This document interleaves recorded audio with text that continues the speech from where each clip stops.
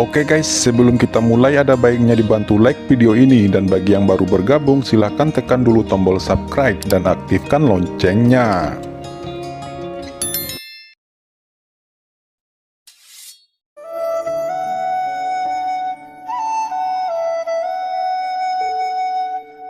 Qin merasakan sakit yang amat dahsyat ketika memasuki kolam spasial. Shao Chen, teriak Yu Qianzu terkejut melihat wajah Qin menjadi pucat, keringat menetes dari dahinya, dan mereka bertiga bersiap-siap akan meloncat ke dalam kolam. "Berhenti, jangan datang ke sini," teriak Qin dengan cemas. Kekuatan kolam spasial ini terlalu menakutkan. Qin tercengang setelah persepsinya menyapu. Ternyata ini terjadi karena dia masih mengenakan pakaian. Dia tiba-tiba tersenyum pahit. Ia harus melepas pakaiannya dan full telanjang bulat, sehingga ia dapat dengan aman menyerap kekuatan ruang di kolam spasial ini. Dia berkata, "Kalian bertiga turun dan masuklah, tetapi sebelum itu kalian harus membuka pakaianmu." Wajah ketiganya langsung memerah. "Apakah kamu serius?" tanya Jiruyu menghela nafas. Qin menjawab, "Ya, tentu saja serius. Saya akan berbalik. Silahkan lepas pakaian kalian." "Qianzu, apa yang harus kita lakukan?" tanya Jiruyu. Yu Qianzu menjawab, "Lakukan saja seperti yang dikatakan Shao Chen. Benua ini aneh, penuh dengan bahaya. Jika bukan karena Shao Chen sebelumnya, kita semua pasti tidak akan ada yang selamat. Sekarang kita memiliki kesempatan untuk meningkatkan kultivasi. Tentu saja saya akan mengambil kesempatan itu," ucap Yu Qianzu saat melepas pakaiannya. "Sisi, bagaimana denganmu?" tanya Jiruyu meminta pendapat pada Chen Sisi. Chen Sisi berkata, "Saudari Qianzu memang benar. Jika bukan karena Qin tidak akan ada di antara kita yang akan selamat. Untuk membalaskan kematian penatua bayangan, saya akan membunuh semua prajurit kekaisaran Xuan Yuan di dunia Yu kuno ini," jawab Chen Sisi menggertakkan gigi. Matanya penuh kebencian. Dia dengan lembut melepas kain kasa tipis di tubuhnya, memperlihatkan kulitnya yang putih seperti batu giok. Dia melangkah ke kolam spasial sedikit demi sedikit dengan postur yang mempesona. Jiruyu mendengus dan langsung melompat ke kolam spasial. Yu Qianzu dan Chen Sisi tiba-tiba terkejut melihat Jiruyu meraung kesakitan dan akhirnya pingsan. Yu Qianzu berteriak, Qin mengguncang sosoknya dan dengan cepat datang ke sisi Jiruyu. Dia mengangkatnya dan pada saat yang sama merobek pakaiannya. Setelah beberapa saat berlalu, Jiruyu terbangun. Dia merasa seolah-olah tubuhnya sedang dipeluk erat oleh seorang lelaki yang kuat. Kulit hangat mereka saling menempel satu sama lain.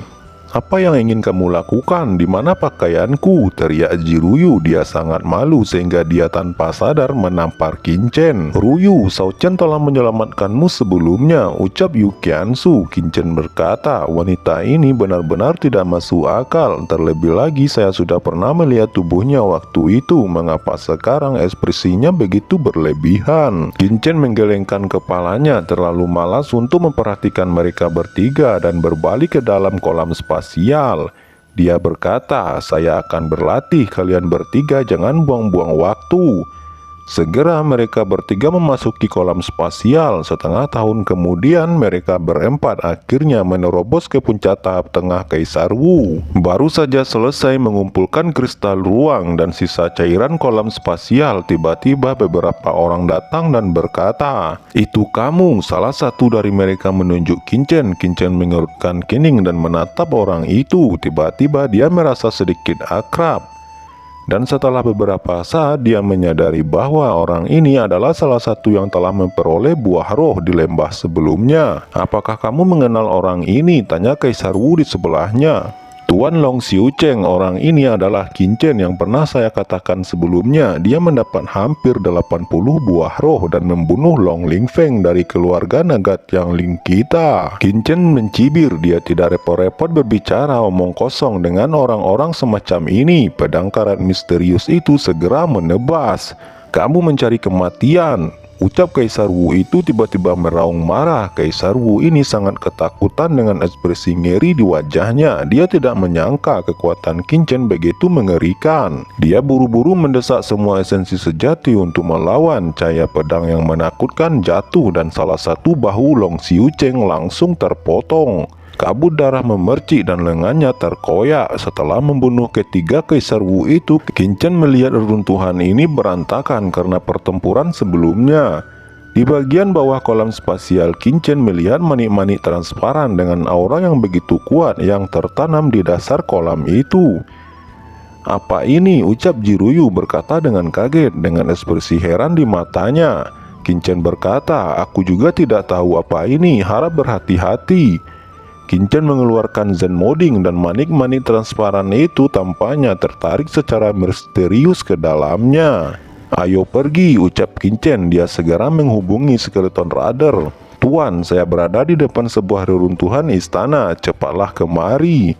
Setelah sampai di lokasi, Qin Chen berkata, "Bagaimana dengan Zhou Ziwei?" Skeleton Rider menjawab, "Tuan, jangan khawatir, ingatan Zhou Ziwei telah dihapus. Dia tidak akan mengingat kejadian sebelumnya. Saat ini dia telah masuk jauh ke dalam reruntuhan istana ini." Qin Chen mengangguk dan berkata, "Jadi apakah orang-orang dari istana berkabut juga ada di sini?" "Seharusnya seperti itu," jawab Skeleton Rider. "Kalau begitu, ayo masuk juga." Qin Chen berkata kepada Jiruyu, Yu Qiansu, dan Chen Sisi. Sekelompok orang berjalan menuju kedalaman lorong dan dalam sekejap mereka sampai di sebuah aula. Seluruh aula sangat megah, ada pilar batu besar yang berdiri di dalamnya. Pilar-pilar batu ini berwarna hitam pekat dan diukir dengan pola hitam yang rumit. Itu membuat orang merasa merinding pada pandangan pertama. "Yongye, apa yang bisa kamu lihat?" Qin Chen bertanya pada Skeleton Rider. "Tuan, ini seharusnya adalah formasi totem dari zaman kuno ras iblis alien saya," jawab Skeleton Rider. Dia melanjutkan, "Formasi totem adalah sebuah metode untuk mengidentifikasi tingkat kejeniusan ras iblis alien saya. Itu dapat mengaktifkan potensi dalam prajurit iblis alien, tetapi itu juga sangat berbahaya." Qin Chen bertanya, "Seberapa kuat formasi totem ini?" Master Skeleton Rider dengan sungguh-sungguh berkata, "Area totem ini secara alami sangat menakutkan. Area totem yang umumnya lengkap, bahkan dengan basis budidaya bawahan ini harus sangat berhati-hati. Sekarang totem area ini tampaknya telah rusak. Saya tidak tahu apakah itu masih berfungsi. Jika bisa berjalan dengan baik, kekuatannya secara alami sangat menakutkan." Qin Chen diam-diam mengangguk lalu berkata, "Lalu apakah kamu punya cara untuk memecahkannya?" Skeleton Rider berkata dengan senyum masam, "Tuan, bawahan ini hanyalah seorang prajurit alien.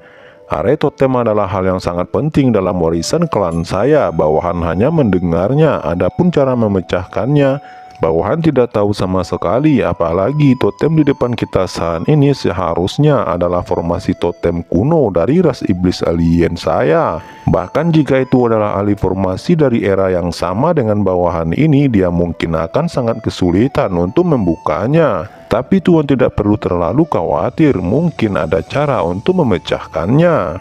Skeleton Rider berkata. Tiba-tiba Qin Chen tercengang. Dia menoleh seorang Kaisar Wu muda di antara kerumunan melangkah maju secara langsung dan menyentuh salah satu pilar batu itu. "Hati-hati!" teriak seorang bernama Sang Wuji. Tiba-tiba berteriak kaget ketika dia melihat ini dan matanya menunjukkan ketakutan. Tetapi itu sudah terlambat. Ketika telapak tangan Kaisar Wu itu menyentuh pilar batu, paksaan yang mengerikan meletus dari pilar batu menyapu tubuh Kaisar Wu muda itu. Seluruh tubuhnya hancur dan berubah menjadi debu hitam. Semua orang merasa ngeri dan mundur ketakutan. "Sang Wuji, bukankah kamu mengatakan bahwa tidak ada bahaya di reruntuhan ini? Mengapa murid saya langsung tewas?" ucap Yue Zongkui menatap Sang Wuji dengan marah dan tiba-tiba berteriak dengan dingin. Sang Wuji menghela nafas dan berkata, "Oh saudara Yu, kelompok pilar batu ini memang tidak berbahaya, tetapi muridmu terlalu ceroboh." Chen segera bertanya, "Senior Sang Wuji, apakah Anda memiliki metode untuk melewati kelompok pilar batu ini?" Sang Wuji mengangguk. Dia berkata, "Saya sebagai penatua Wu Yinmen telah datang ke sini lebih awal dan memang ada cara untuk melewati tempat ini. Sekarang semuanya ikuti aku. Hati-hati, ingat kalian harus mengikuti saya dengan cermat. Jangan pernah menyentuh pilar batu apapun." Semua orang mengangguk dan mengikuti Sang Wuji melangkah ke dalam kelompok pilar batu. Setelah berjalan selama seperempat jam, Qin sedikit bingung. Kelompok pilar batu ini benar-benar terlalu besar untuk waktu yang lama. Setidaknya ribuan pilar batu telah dilewati oleh semua orang. Jika Sang Wuji datang untuk pertama kalinya, bagaimana dia bisa mengingatnya dengan sangat jelas dan begitu yakin? Qin akhirnya melihat sedikit pola. Tidak heran Sang Wuji bisa berjalan begitu bebas. Qin tersenyum. Sang Wuji menjelaskan, "Ini adalah pintu masuk ke reruntuhan istana ini. Tetapi pesan yang saya dapatkan mengatakan bahwa lingkungan ini memiliki larangan yang aneh dan harus dilanggar untuk masuk." Semua orang sedikit gugup. Sang Wuji melangkah maju. Kekuatan mengerikan meletus dari tubuhnya dan dia menamparnya dengan telapak tangan. Lingkungan bergetar tiba-tiba dan setelah menerima kekuatan, larangan hitam muncul di sana. Selanjutnya, semua orang saling memandang. Kali ini Qin tidak terburu-buru. Dia hanya menyaksikan Kaisar Wu lainnya mencoba mematahkan formasi untuk memasuki reruntuhan istana itu. "Shao Chen, suasana tempat ini terlalu aneh dan membuat perasaan tidak nyaman," ucap Yu Qiansu tiba-tiba. "Aku juga merasa begitu. Ini benar-benar tidak nyaman." Jiruyu dan Chen Sisi juga berkata. Tak lama kemudian giliran mereka datang. Yu Qiansu adalah yang pertama bergerak memotong dengan pedang. Cahaya pedang melonjak meninggalkan pola yang tidak jelas di lingkungan. Berikutnya adalah Jiruyu yang fluktuasinya mirip dengan Yu Qiansu. Hal yang sama juga berlaku untuk Chen Sisi. Kemudian Qin.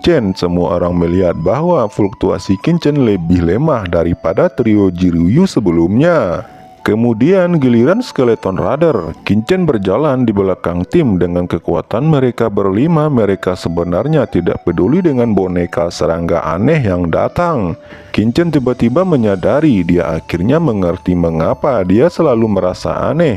Meskipun boneka serangga ini ganas, pada kenyataannya mereka tidak menyerang secara ekstrim. Ini bukanlah seperti perjuangan hidup dan mati, tapi lebih seperti penilaian. Menggabungkan formasi totem sebelumnya dan lingkungan misterius, Qin segera berbicara pada Skeleton Rider. "Yongye, apakah boneka serangga ini juga untuk menilai kultivasi kita?" "Tuan, itu memang benar," jawab Skeleton Rider yang juga merasakan hal yang sama. Begitu mereka meninggalkan aula, semua orang tiba-tiba berhenti. Apa yang mereka lihat saat ini adalah hutan batu yang besar. Cahaya ungu berkilauan seolah-olah itu adalah kunang-kunang yang tak terhitung jumlahnya terbang di dalam. Itu terlihat sangat indah. Ketika semua orang mengamati dengan cermat, mereka tidak dapat melihat petunjuk apapun di hutan batu ini, kecuali cahaya ungu yang mengambang di kejauhan. Tidak ada yang lain. Semua orang saling memandang. Tentu saja mereka semua harus terus berjalan. Pada titik ini tidak ada yang ingin mundur. Mereka tidak ingin pergi ke koridor yang penuh dengan boneka serangga lagi. Semua orang sangat gugup pada awalnya, tetapi setelah berjalan untuk waktu yang lama, kunang-kunang ungu ini tidak berbuat banyak dan tidak ada bahaya di hutan batu ini. Jadi mereka menarik nafas lega. Kemudian seekor serangga ungu terbang dari hutan batu dan jatuh di bahu seorang Kaisar Wu. Kaisar Wu itu terkejut, tetapi sudah terlambat untuk menghindarinya. Dia melihat serangga ungu jatuh di bahunya tanpa bergerak. Rambut semua orang berdiri, tapi setelah beberapa lama tidak ada yang terjadi. Kaisar Wu itu berkata, "Sial, ini membuatku takut setengah mati." Jadi dia sangat marah sehingga dia menamparnya dengan keras. Tiba-tiba kunang-kunang ungu itu meletus. Kaisar Wu itu telah jatuh ke tanah kesakitan. Sepotong bahunya hancur, wajahnya terbakar hitam dan asap ungu muncul di wajahnya. "Fukang, bagaimana keadaanmu?" teriak seorang dengan cemas. Sial, kunang-kunang ini tidak hanya meledak, tetapi mereka juga menyerang jiwa, ucap Sang Wuji. Juga tampaknya telah menemukan masalahnya dan berteriak dengan marah. Pada saat ini Fukang bergegas melambaikan pedangnya yang tajam kemana-mana. "Hentikan dia!" teriak Sang Wuji terkejut. Akan berbahaya jika dia menarik kunang-kunang lainnya. Tapi sudah terlambat. Boom, boom, banyak kunang-kunang ungu datang meledak di tubuh Fukang. Fukang langsung terbelah dan berubah menjadi mayat. "Cepat pergi," teriak Sang Wuji. Skeleton Rider berkata, "Tuan, ini adalah serangga pembunuh jiwa." Kincen melihatnya dengan bingung. Ekspresi ngeri muncul di wajah Skeleton Rider. Dia berkata, "Serangga pembunuh jiwa adalah serangga kuno yang sangat menakutkan di benua iblis alien. Ketika mereka meledak, mereka dapat membentuk dampak jiwa yang unik dan dapat memusnahkan jiwa alien kita. Terlebih lagi jika satu serangga pembunuh jiwa meledak dengan sendirinya, semua serangga pembunuh jiwa lainnya akan tertarik. Ini adalah hutan serangga pembunuh jiwa. Setelah sejumlah besar serangga pembunuh jiwa tertarik, kita semua akan mati." Ini adalah pertama kalinya Kincen melihat ekspresi ngeri di wajah Skeleton Rider. Semua orang terbang dengan cepat, tetapi di depan mereka tiba-tiba ada gumpalan kabut hitam yang tertinggal membentuk kabut di dalam kabut. Bintik-bintik cahaya ungu yang tak terhitung jumlahnya menjulang tinggi. Suasana horor menyebar di antara kerumunan, dan mereka melihat dengan ketakutan. Bintik-bintik cahaya ungu ini muncul di mana-mana di sekitar jalan batu hitam padat seperti bintang di langit tak berujung. Oke teman-teman, terima kasih sudah menonton. Jangan lupa like, komen, dan subscribe.